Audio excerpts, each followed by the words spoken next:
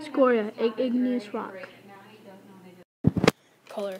Scoria is almost always black or dark gray to reddish brown, while pumice is always white to light gray to tan. This color difference is a result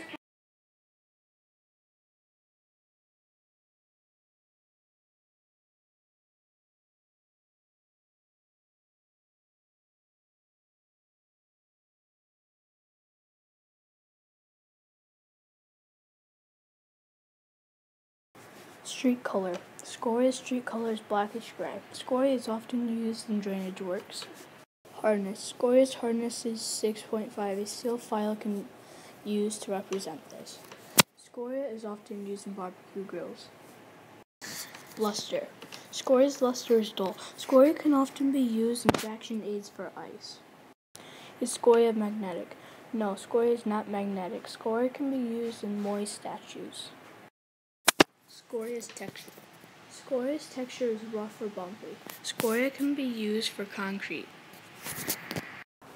Cleavage. Scoria's cleavage is perfect. Minerals that make up scoria. It is commonly composed of approximately 50% silica and 10% calcium oxide with lesser contents of potash and soda.